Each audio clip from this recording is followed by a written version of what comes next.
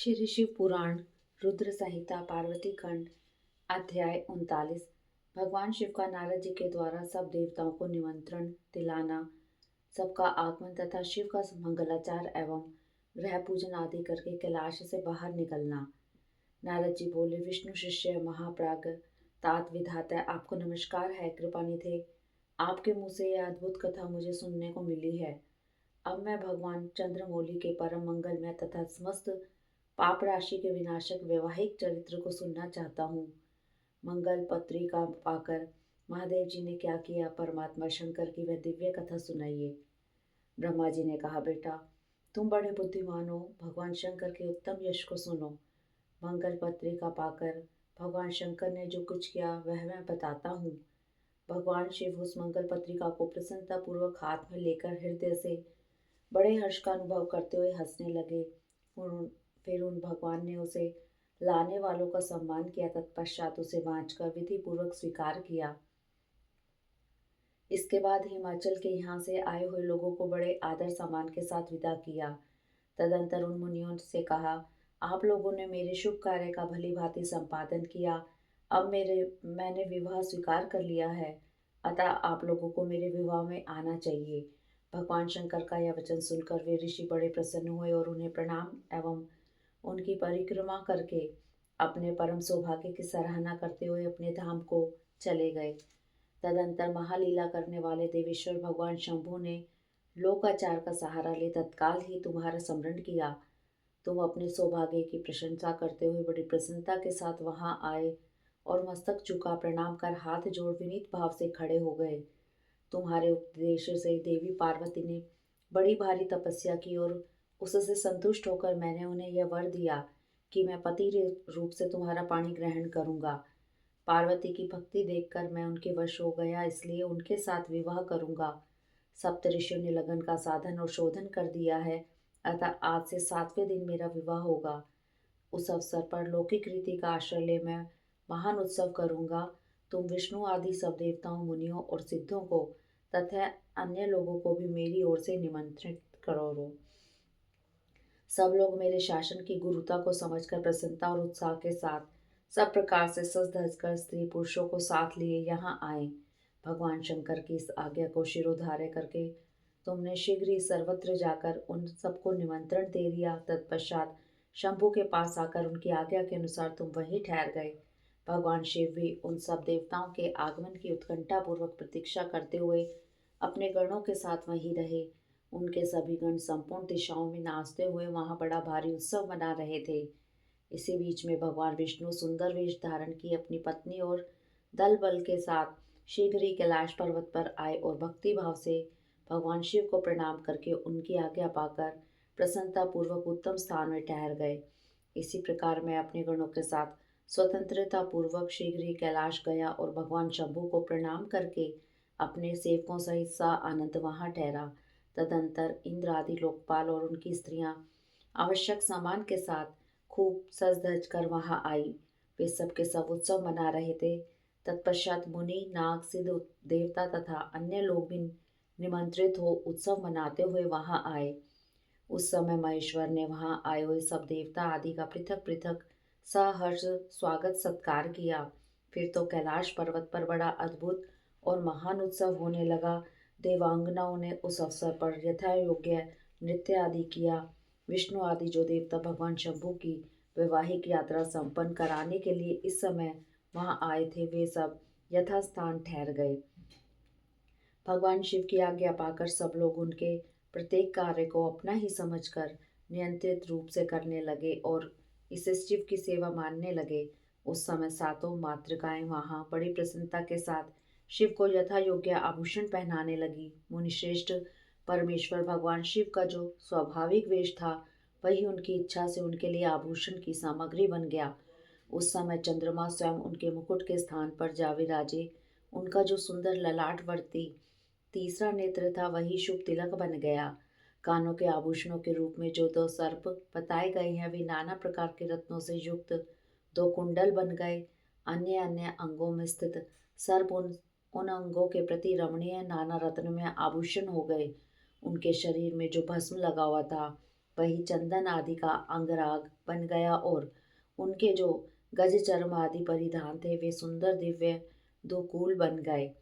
इस प्रकार उनका रूप इतना सुंदर हो गया कि उसका वर्णन करना कठिन है। वे साक्षात ईश्वर तो थे ही, उन्होंने पूरा पूरा ऐश्वर्य प्राप्त कर लिया था।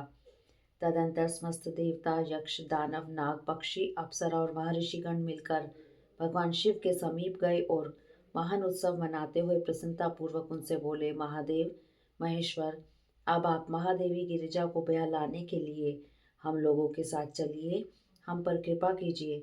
तत्पश्चात विज्ञान से प्रसन्न हृदय वाले भगवान विष्णु ने भगवान शंकर को भक्ति भाव से प्रणाम करके उपयुक्त प्रस्ताव के अनुरूप ही बात कही। भगवान विष्णु बोले, शरणागत वत्सल देव महादेव प्रभु, आप अपने भक्तजनों का कार्य सिद्ध करने वाले हैं, अतः मेरा एक निवेदन सुनिए। कल्याणकारी शंभु, आप ग्रह सुक्त उक्त विधि के अनुसार गिरिराज कुमारी पार्वती के साथ अपने विवाह का कार्य कराइए। हर आपके द्वारा विवाह की विधि का संपादन होने पर वही लोक में सर्वत्र विख्यात हो जाएगी। अतः नाथ, आप कुल धर्म के अनुसार प्रेम पूर्वक मंडप स्थापन और नांदी मुख श्राद्ध कराइए तथा लोक में अपने यश का विस्तार कीजिए। भगवान विष्णु के ऐसा कहने पर लोकाचार पारायण परमेश्वर शंभु ने विधि पूर्वक सब कार्य किया। उन्होंने सारा आभियोदिक कार्य कराने के लिए मुझको ही अधिकार दे दिया था, अतः वह मुनियों को साथ ले मैंने आदर और प्रसन्नता के साथ वह सब कार्य संपन्न किया। उस समय कश्यप, अत्रि, वशिष्ठ, गौतम, भागुरी, गुरु, कण्व, बृहस्पति, शक्ति, जमदग्नि, पराशर, मार्कंडेय, शिलापाक, अरुणपाल, अकृत अश्रम, अगस्त्य, च्यवन, गर्ग, शिलाद, दधीचि, उपमन्यु, भरद्वाज, अकृतवर्ण, पिपलाद, कुशिक, कोत्स तथा शिष्यों सहित व्यास, ये और दूसरे बहुत से ऋषि जो भगवान शिव के समीप आए थे, मेरी प्रेरणा से विधि पूर्वक वहां आभियोदिक कर्म कराने लगे। वे सब के सब वेदों के पारंगत विद्वान थे, अतः वेदोक्त विधि से वैवाहिक मंगलाचार करके ऋग्वेद, यजुर्वेद और सामवेद के विविध उत्तम सूक्तों द्वारा महेश्वर की रक्षा करने लगे। उन सब ऋषियों ने बड़ी प्रसन्नता के साथ बहुत से मंगल कार्य कराए। मेरी और शंभु की प्रेरणा से उन्होंने विघ्नों की शांति के लिए प्रीतिपूर्वक ग्रहों का और समस्त मंडलवर्ती देवताओं का पूजन किया। वह सब लौकिक वैदिक कर्म यथोचित रीति से करके भगवान शिव बहुत संतुष्ट हुए और उन्होंने प्रसन्नता पूर्वक ब्राह्मणों को प्रणाम किया। तदंतर वे सर्वेश्वर महादेव देवताओं और ब्राह्मणों को आगे करके उस गिरिश्रेष्ठ कैलाश से हर्ष पूर्वक निकले। कैलाश से बाहर जाकर देवताओं और ब्राह्मणों के साथ भगवान शंभु जो नाना प्रकार की लीलाएं करने वाले हैं सानंद खड़े हो गए। उस समय वहां महेश्वर के संतोष के लिए देवता आदि ने मिलकर बहुत बड़ा उत्सव मनाया। बाजे बजे तथा गान और नृत्य हुए। इति श्री अध्याय 40 भगवान शिव का बारात लेकर हिमालयपुरी की ओर प्रस्थान। तदंतर भगवान शंभु ने नंदी आदि सब गणों को अपने साथ हिमाचलपुरी को चलने की प्रसन्नता पूर्वक आज्ञा देते हुए कहा, तुम लोग थोड़े से गणों को यहाँ रखकर शेष सभी लोग मेरे साथ बड़े उत्साह और आनंद से युक्त हो गिरिराज हिमवान के नगर को चलो। फिर तो भगवान की आज्ञा पाकर गणेश्वर, शंखकर्ण, कैकराक्ष, विकृत, विशाख, पारिजात, विकृतानंद, दुंदुभ, कपाल, संदारक, कंदुक, कुंडक, विष्टकभ, पीपल, स्नादक, आवेशन, कुंड, पर्वतक, चंद्रतापन, काल, कालक, महाकाल, अग्निमुख, आदित्य, मूर्धा, घनावाहु, संहाद, कुमुद, अमोघ, कोकिल, सुमंत्र, काक, पादोदर, संतानक, मधुपिंग, कोकिल, पूर्णभद्र, नील, चतुर्वक्त्र, कर्ण, अहिरोमक, जज्वाक्ष, शतमन्यु, मेघमन्यु, काशा, अगूढ़, विरूपाक्ष, सुकेश, वृषभ, सनातन, ताल, केतु, षडमुख, चैत्र, स्वयं प्रभु, लकुलीश, लोकांतक, दीपात्मा, दैत्यांतक, भृंगी, ऋटि, देव देव प्रिय, अशनि, भानुक, प्रमथ तथा वीरभद्र अपने असंख्य कोटि कोटि गणों तथा भूतों को साथ लेकर चले। नंदे आदि गणराज असंख्य गणों से घिरे चले तथा क्षेत्रपाल और भैरव भी कोटि कोटि गणों को लेकर उत्सव मनाते हुए प्रेम और उत्साह के साथ चल पड़े। वे सब सहस्त्र हाथों से युक्त थे। सिर पर जटा का मुकुट धारण किए हुए थे। उन सब के मस्तक पर चंद्रमा और गले में नील चिन्ह थे तथा वे सबके सब त्रिनेत्रधारी थे। उन सब ने रुद्राक्ष के आभूषण पहन रखे थे। सभी उत्तम वस्त्र धारण किए थे और हार कुंडल कैयूर तथा मुकुट आदि से अलंकृत थे। इस प्रकार देवताओं तथा दूसरे दूसरे गणों को साथ ले भगवान शंकर अपने विवाह के लिए हिमवान के नगर की ओर चले। चंडी देवी रुद्रदेव की बहन बनकर खूब उत्सव मनाती हुई बड़ी प्रसन्नता के साथ वहां आ पहुंची। वे शत्रुओं को अत्यंत बह देने वाली थी। उन्होंने सांपों के आभूषण से अपने को विभूषित कर रखा था। उनका वाहन प्रेत था। वे उसी पर आरूढ़ हो अपने माथे पर एक सोने का भरा हुआ कलश लिए जा रही थी। वह कलश महान प्रभापुंज से प्रकाशित हो रहा था। मुने वहां करोड़ों दिव्य भूतगण शोभा पाते थे जिसका रूप विकराल था। उनके रूप रंग भी अनेक प्रकार के थे। उस समय डमरुओं के डिमडिम घोष से, भैरियों की गड़गड़ाहट से और शंखों के गंभीर नाद से तीनों लोग गूंज उठे थे। दुदुम्बियों की ध्वनि से वाहन कोलाहल हो रहा था। वह जगत का अमंगल करता हुआ अमंगल का नाश करता था। देवता लोग शिव गणों के पीछे होकर बड़ी उत्सुकता के साथ बारात का अनुसरण करते थे।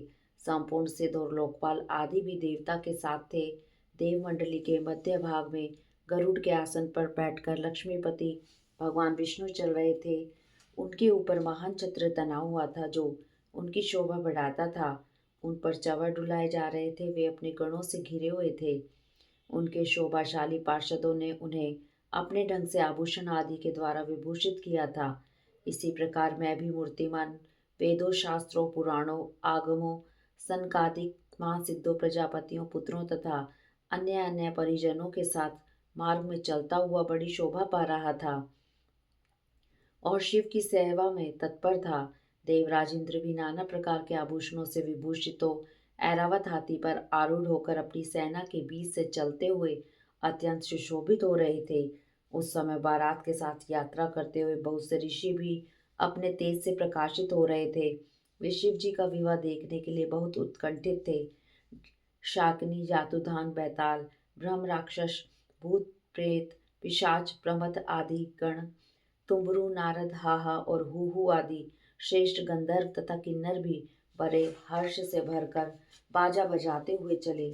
संपूर्ण जगत माताएं सारी देव कन्याएं गायत्री सावित्री लक्ष्मी और अन्य देवांगनाएं ये तथा दूसरी देव पत्नियां जो संपूर्ण जगत की माताएं हैं शंकर जी का विवाह है यह सोचकर बड़ी प्रसन्नता के साथ उसमें सम्मिलित होने के लिए गई। वेदों शास्त्रों सिद्धों और महर्षियों द्वारा जो साक्षात धर्म का स्वरूप कहा गया है तथा जिसकी अंग कांति शुद्ध सफेक्टिक के समान उज्जवल है वह सर्वांग सुंदर वृषभ भगवान शिव का वाहन है। धर्म वत्सल महादेव जी उस वृक्ष पर आरूढ़ हो सबके साथ यात्रा करते हुए बड़ी शोभा पा रहे थे। देव ऋषियों के समुदाय उनकी सेवा में उपस्थित थे। इन सब देवताओं और महर्षियों के एकत्रित हुए समुदाय से महेश्वर की बड़ी शोभा हो रही थी। उनका बहुत श्रृंगार किया गया था। वे शिवा का पाणी ग्रहण करने के लिए हिमालय के भवन को जा रहे थे। इस प्रकार भारत की यात्रा संबंधी उत्तम उत्सव से युक्त शंभु का चरित्र कहा गया। अब हिमालय नगर में जो सुंदर वृतांत घटित हुआ उसे उसे सुनो। इति श्री अध्याय 40 अध्याय 41। तदंतर भगवान शिव ने नारद जी के हिमाचल के घर भेजा। वे वहां की विलक्षण सजावट देखकर दंग रह गए।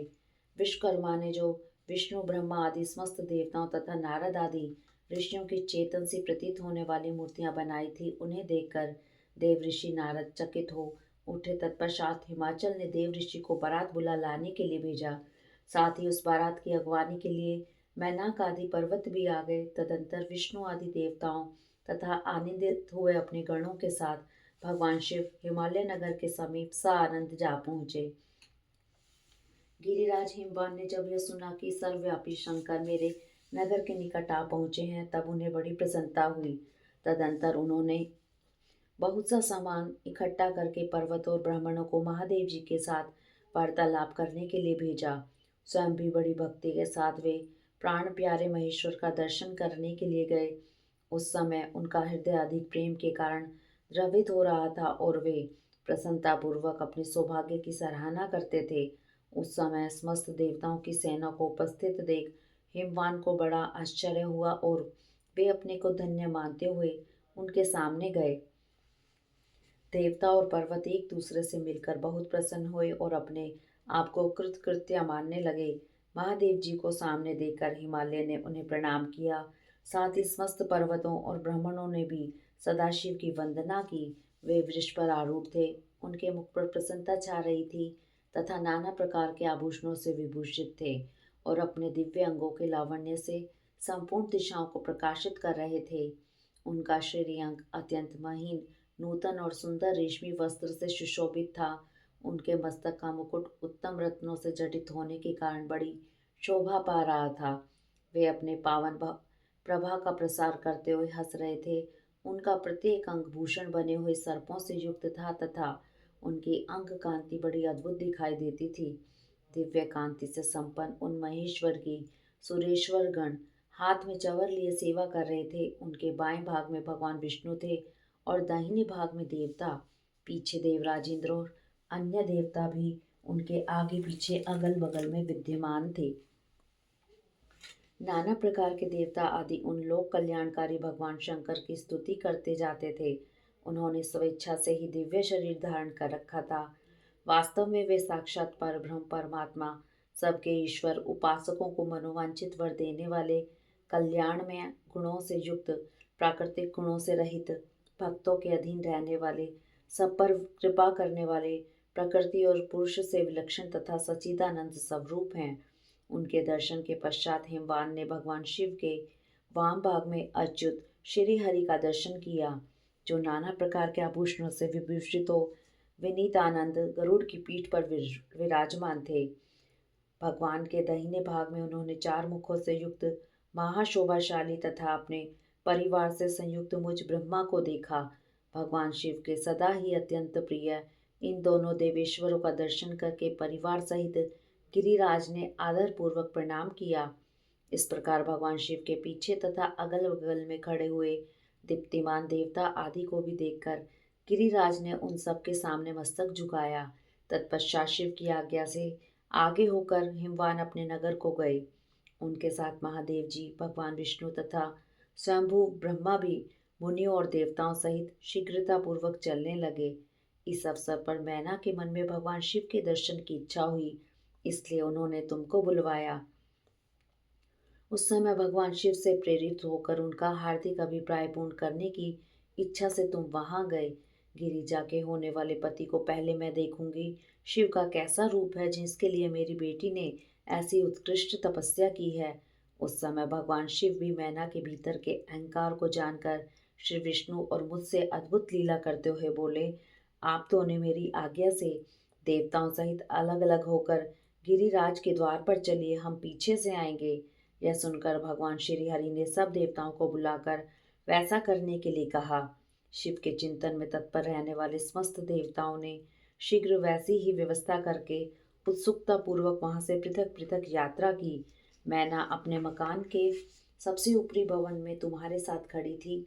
उस समय भगवान विश्वेश्वर ने अपने को ऐसी वेशभूषा में दिखाया जिससे मैना के हृदय को ठेस पहुँचे। सबसे पहले बारात के जुलूस में विविध वाहनों पर विराजित खूब सजे धजे बाजे गाजे के साथ पताकाएं फहराते हुए वसु आदि गंधर्व आए। फिर मणिग्रीवादी यक्ष, तदंतर क्रम से यमराज, नृतज्ञ, वरुण, वायु, कुबेर, ईशान, देवराज इंद्र, चंद्रमा, सूर्य, भृगु आदि मुनीश्वर तथा ब्रह्मा आए। ये सब उत्तरोत्तर एक से एक विशेष सुंदर शोभायमान रूप गुण से संपन्न थे। इनमें से प्रत्येक दल के स्वामी को देखकर मैना पूछती थी कि क्या ये ही शिव हैं? नारद जी कहते, यह तो शिव के सेवक हैं। मैना यह सुनकर बड़ी प्रसन्न होती है और हर्ष में भरकर मन ही मन कहती है, ये उनके सेवक ही जब इतने सुंदर हैं, तब वे सबके स्वामी शिव तो पता नहीं कितने सुंदर होंगे। इसी बीच में वहां भगवान विष्णु पधारे। वे संपूर्ण शोभा से संपन्न श्रीमान नूतन जलधर के समान श्याम तथा चार भुजाओं से संयुक्त थे।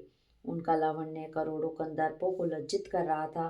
वे पीतांबर धारण करके अपनी सहज प्रभा से प्रकाशित हो रहे थे। उनके सुंदर नेत्र प्रफुल्ल कमल की शोभा को छीने लेते थे। उनकी आकृति से शांति बरस रही थी। पक्षी राजगरुड़ उनके वाहन थे। शंख चक्र आदि लक्षणों से युक्त मुकुट आदि से विभूषित वक्षस्थल में श्रीवत्स का चिन्ह धारण किए वे लक्ष्मीपति विष्णु अपने अप्रमेय प्रभा पुंज से प्रकाशमान थे। उन्होंने देखते ही मैना के नेत्र चकित हो गए। वे बड़े हर्ष से बोली, अवश्य यही मेरी शिवा के पति साक्षात भगवान शिव हैं, इसमें संशय नहीं है। तुम भी लीला करने वाले ही ठहरे। अतः मैना की यह बात सुनकर उनसे बोले, देवी ये शिवा के पति नहीं हैं, अपितु भगवान केशव हरि हैं। भगवान शंकर के संपूर्ण कार्यों के अधिकारी तथा उनके प्रिय हैं। पार्वती के पति जो दूल्हे शिव हैं, उन्हें इनसे भी बढ़कर समझना चाहिए। उनकी शोभा का वर्णन मुझसे नहीं हो सकता। वे ही संपूर्ण ब्रह्मांड के अधिपति सर्वेश्वर तथा स्वयं प्रकाश परमात्मा हैं। तुम्हारी इन बातों को सुनकर मैना ने उन शुभ लक्षणा उमा को महान धन वैभव से संपन्न सौभाग्यवती तथा तीनों कुलों के लिए सुखदायिनी माना। वे मुख पर प्रसन्नता लाकर प्रीतियुक्त हृदय से अपने सर्वाधिक सौभाग्य का बारंबार वर्णन करती हुई बोली, इस समय मैं पार्वती को जन्म देने के कारण सर्वदा धन्य हो गई। ये गिरीश्वर भी धन्य है तथा मेरा सब कुछ परम धन्य हो गया। जिन जिन अत्यंत तेजस्वी देवताओं और देवेश्वरों का मैंने दर्शन किया, इन सबके जो पति हैं वे मेरी पुत्री के पति होंगे। उनके सौभाग्य का क्या वर्णन किया जाए। भगवान शिव को पति रूप में पाने के कारण पार्वती के सौभाग्य का 100 वर्षों में भी वर्णन नहीं किया जा सकता। मैना ने प्रेम पूर्वक हृदय से ज्यों ही उपयुक्त बात कही, त्यों ही अद्भुत लीला करने वाले भगवान रुद्र सामने आ गए। उनके सभी गण अद्भुत तथा मैना के अहंकार को चूर्ण करने वाले थे। भगवान शिव अपने आप को माया से निर्लिप्त एवं निर्विकार दिखाते हुए वहां आए। उन्हें आया जान तुमने मैना को शिवा के पति का दर्शन कराते हुए उनसे इस प्रकार कहा, सुंदरी देखो, ये साक्षात भगवान शंकर हैं, जिनकी प्राप्ति के लिए शिवा ने वन में बड़ी भारी तपस्या की थी। तुम्हारे ऐसा कहने पर मैना ने बड़े प्रसन्नता के साथ अद्भुत आकार वाले भगवान महेश्वर की ओर देखा। वे स्वयं तो अद्भुत थे ही, उनके अनुचर भी बड़े अद्भुत थे। इतने में ही रुद्रदेव की परम अद्भुत सेना भी आ पहुंची, जो भूत प्रेत आदि से संयुक्त तथा नाना गुणों से संपन्न थी। उनमें से कितने ही बवंडर का रूप धारण करके आए थे, कितने ही पताका की मर्म ध्वनि के समान शब्द करते थे। किन्हीं के मुंह टेढ़े थे तो कोई अत्यंत कुरूप दिखाई देते थे। कुछ बड़े विकराल थे, किन्हीं का मुंह दाढ़ी मूछ से भरा हुआ था, कोई लंगड़े थे तो कोई अंधे, कोई दंड और पाश धारण किए हुए थे तो किन्हीं के हाथों में मुदगर थे। कितने ही अपने वाहनों को उल्टे चले आ रहे थे, कोई सींग, कोई डमरू, कोई गोमुख बजाते थे। गणों में से कितने के तो मुंह ही नहीं थे, कितनों के मुख पीठ की ओर लगे हुए थे और बहुतों के बहुतेरे मुख थे। इसी तरह बिना कोई हाथ के थे, किन्हीं के हाथ उल्टे लगे हुए थे और कितनों के बहुत से हाथ थे। कितने ही नेत्रहीन थे, किन्हीं के बहुत से नेत्र थे और किन्हीं के सिर ही नहीं थे और किन्हीं के बहुत खराब सिर थे। किन्हीं के कान ही नहीं थे और किन्हीं के बहुत से कान थे। इस तरह सभी गण नाना प्रकार की वेशभूषा धारण किए हुए थे। वे विकृत आकार वाले अनेक प्रबल गण बड़े वीर और भयंकर थे, उनकी कोई संख्या नहीं थी। तुमने अंगुली द्वारा रुद्र गणों को दिखाते हुए मैना से कहा, वरानने तुम पहले भगवान हर के सेवकों को देखो, फिर उनका भी दर्शन करना। उन असंख्य भूत प्रेत आदि गणों को देखकर मैना तत्काल भय से व्याकुल हो गई। उन्हीं के बीच में भगवान शंकर भी थे, जो निर्गुण होते हुए भी परम गुणवान थे। वे वृषभ पर सवार थे, उनके 5 मुख थे और प्रत्येक मुख में 3-3 नेत्र। उनके सारे अंगों में विभूति लगी हुई थी, जो उनके लिए भूषण का काम देती थी। मस्तक पर जटाजूट और चंद्रमा का मुकुट, 10 हाथ और उनमें से एक में कपाल लिए, शरीर पर बागंबर का दुपट्टा और हाथ में पिनाक एवं त्रिशूल, आंखें भयानक, आकृति विकराल और हाथी की खाल का वस्त्र। यह सब देखकर शिवा की माता बहुत डर गई, चकित हो गई, व्याकुल होकर कांपने लगी और उनकी बुद्धि चकरा गई। उस अवस्था में तुमने अंगुली से दिखाते हुए उनसे कहा, ये ही भगवान शिव हैं। तुम्हारी यह बात सुनकर सती मैना दुख से भर गई और हवा के झोंके खाकर गिरी हुई लता के समान तुरंत भूमि पर गिर पड़ी। यह कैसा विकृत दृश्य है, मैं दुराग्रह में पड़कर ठगी गई। यूं कहकर मैना उसी क्षण मूर्छित हो गई। तदंतर सखियों ने जब नाना प्रकार के उपाय करके उनकी समुचित सेवा की तथा गिरिराज प्रिय मैना धीरे धीरे होश में आए। इति श्री अध्याय 41, 42, 43। हरिओम तत्सत।